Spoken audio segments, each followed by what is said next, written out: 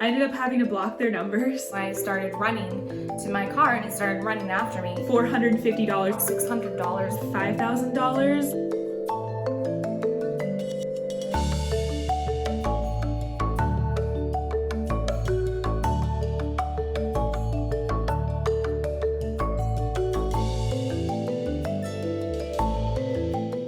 I was like 21, 22 years old, I think, and I met this guy at a club. This guy, he liked to wear a suit everywhere. He had this matte black Jeep that he was obsessed with, and he talked about financial freedom, like putting down the 9-to-5 jobs and everything.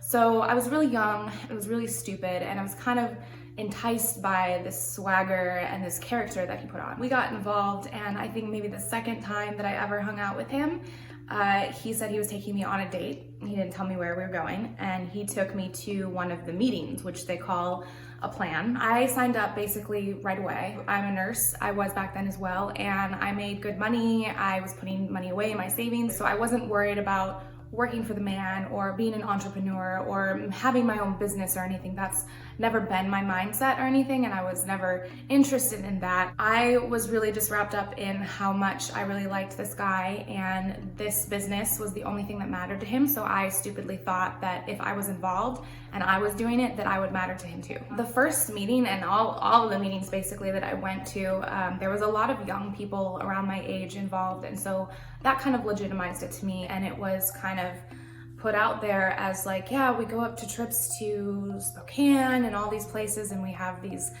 really big meetings with all these people who are super excited for building this and everything.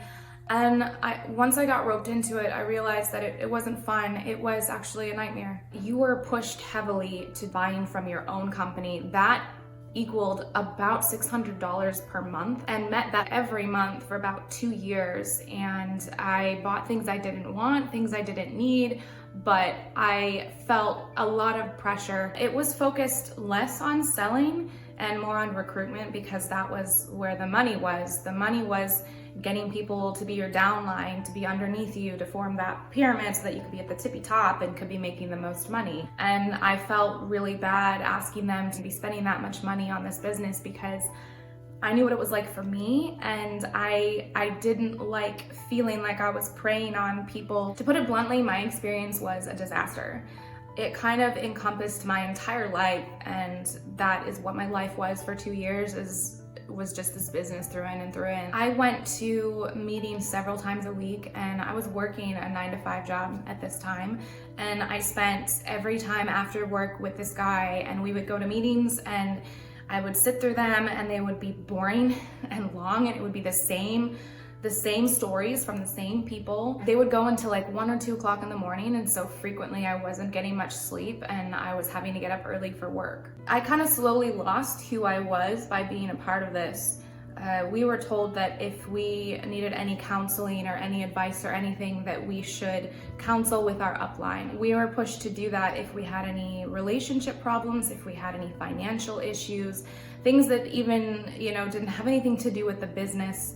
We were told that we should talk to our upline about. And I really see now, and it wasn't evident to me at the time, but I really see now how making it so that your only option was really to talk to other people in the business worked to brainwash you and alienate you from other outside opinions, people that might give you the wrong opinion. And it worked to keep you apart from the outside world, and to kind of help plug you into feeling like this was the only way of life. I left the MLM, and it was kind of a slow burn, but I left the MLM after I had finally had enough. I think I'd had enough blows to my self-esteem and to my sanity from the business, and from also this relationship, that I had decided that it was no longer worth my time. So the situation kind of escalated. I went to leave, and he kind of followed me into the parking garage where my car was parked, and I was telling him to leave me alone and trying to walk away from him. And so I started running to my car, and he started running after me. And I got into my car, and I closed the doors and locked them. He started pounding on the door and asking me to open it up, and I drove off. I sped out of the parking garage and was on my way home, and then I saw that he was following me in his car, and this scared the crap out of me. I contemplated, getting a restraining order or something like that. But he actually never showed his face again. I lost my self-esteem. I lost my self-worth. I lost who I was. I lost friends. I lost time and money. I spent 2 years wasted. I felt like I was kind of like a pariah, like a person that, some people didn't want to touch again after that.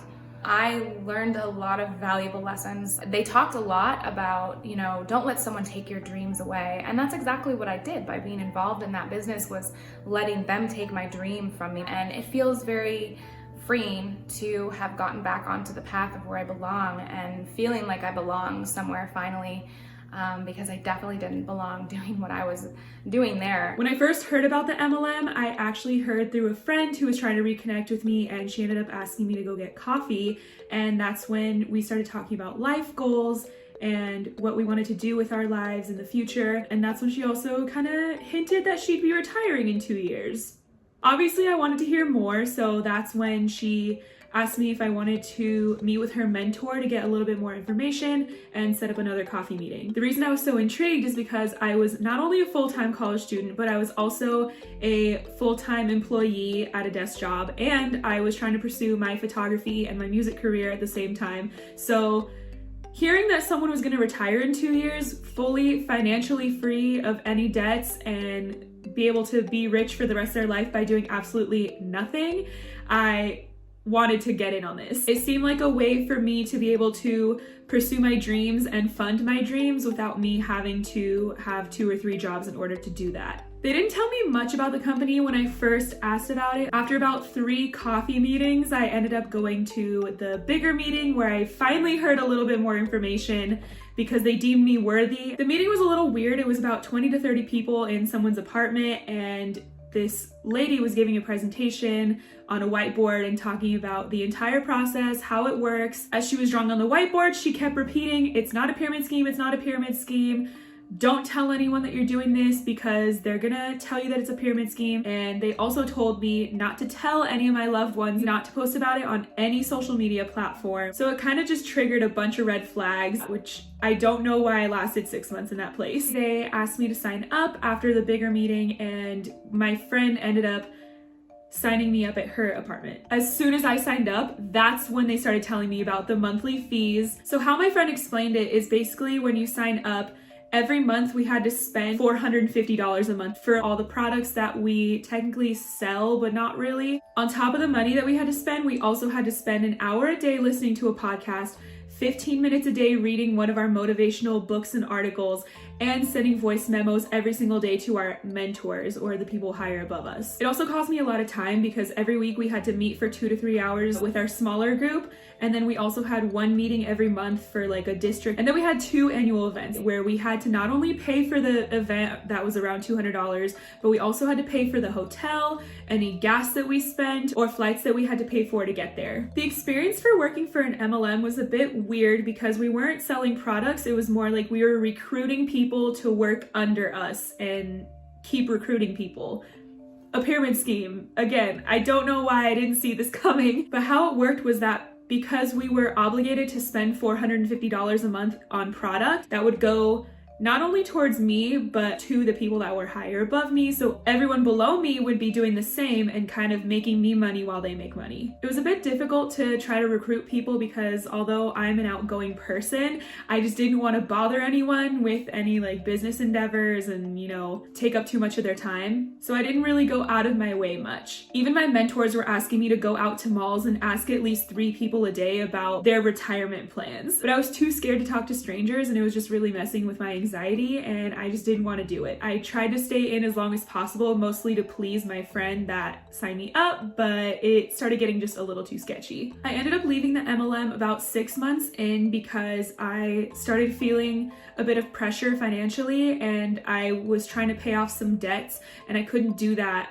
if I had to pay $450 a month to this company every single month. So I decided to leave. I texted my friend and her mentor, and I told them that I would be leaving the company. They kept texting me and asking me to stay, and they kept trying to, convince me to not leave their group. I ended up having to block their numbers, and then I had to sign so many papers just to cancel my memberships for all of these things that they made me sign up for. In total, what I lost from this MLM was probably around $5,000 in 6 months, as well as 20 to 30 hours of my time every week, and a lot of my social life, because most of my free time was actually going to this company and going to all these meetings, not even recruiting people, just the meetings and the time that I had to put in. Some advice that I would give to anyone trying to join an MLM is to research the company, just make sure they're not sketchy, make sure you know what you're getting into, but most importantly, just don't do it.